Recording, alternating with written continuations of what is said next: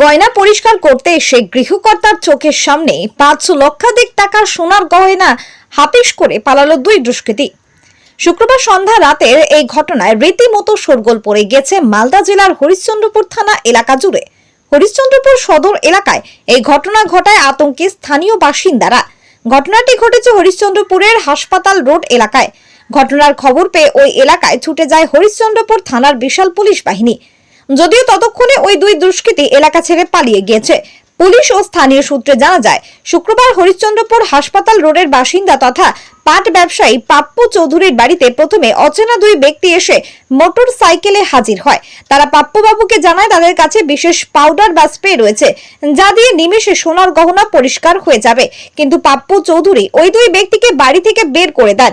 এরপরে ওই দুই ব্যক্তি পাশের আরেক পাট ব্যবসায়ী কিশোর মল জৈনের বাড়িতে ঢুকে তার 3 তলার বসার ঘরে গিয়ে একই প্রস্তাব দেন।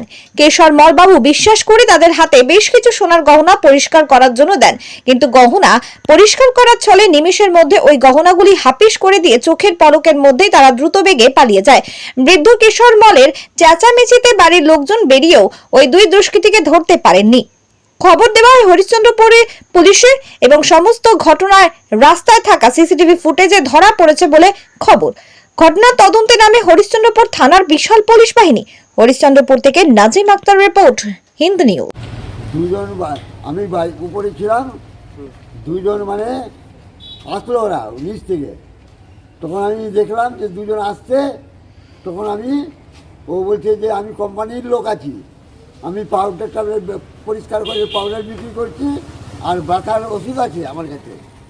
এই বলে ও আস্তে আস্তে আসলো।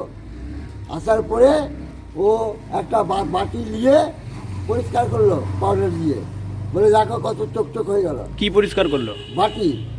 ও নিজে বাটি এনে ওখান থেকে বাসন মাছছে যেখানে, ওখান থেকে বাটি এনে বলে মাছকে মাকে বলে মাছতে দিবা না, এই দুটা লোকের মধ্যে একটা লোক বলছে।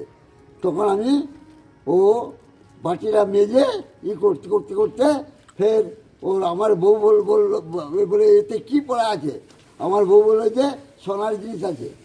ও সোনার জিনিসটা বলে যে পরিষ্কার করে দিব। ওই পাউডার দিয়ে পরিষ্কার করতে করতে করতে করতে আমি বললাম যে পরিষ্কার করতে হবে না, দেবতার জিনিস আছে, আমার বউ পড়বে। ও দেবতার জিনিস বলে পরিষ্কার করে দিচ্ছি করতে করতে ও পাউডারের পকেটের মধ্যে ঢুকাই দিল।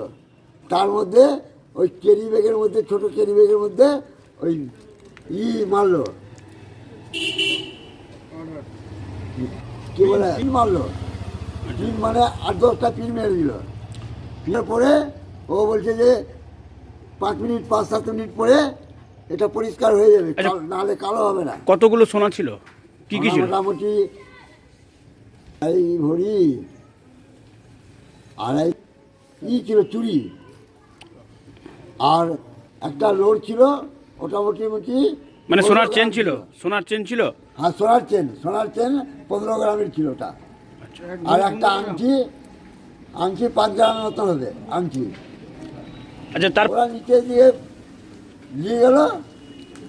নবীন আমার ছেলেটা ধরতে পারলো না, একদম দিল্লি মেলের মতন দৌড়ে ভাগলো। কজন ছিল? 2 জন ছিল, বেশ স্বাস্থ্য ছিল মোটামুটি একটু। পুলিশ এসেছিল? হ্যাঁ, পুলিশ এসেছিল? 5 গাড়ি পুলিশ এসেছিল।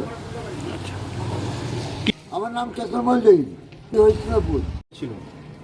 ও নিজে চাঁদির ব্রাসলেট যে আছে একটা লিকুইড নিল, লিকুইড মধ্যে নিয়ে নিজে হাতে ঘষে তারপরে ওটাকে রুমাল দিয়ে মুছে একটা পাউডারের প্যাকেটের মধ্যে ঢুকাই দিল।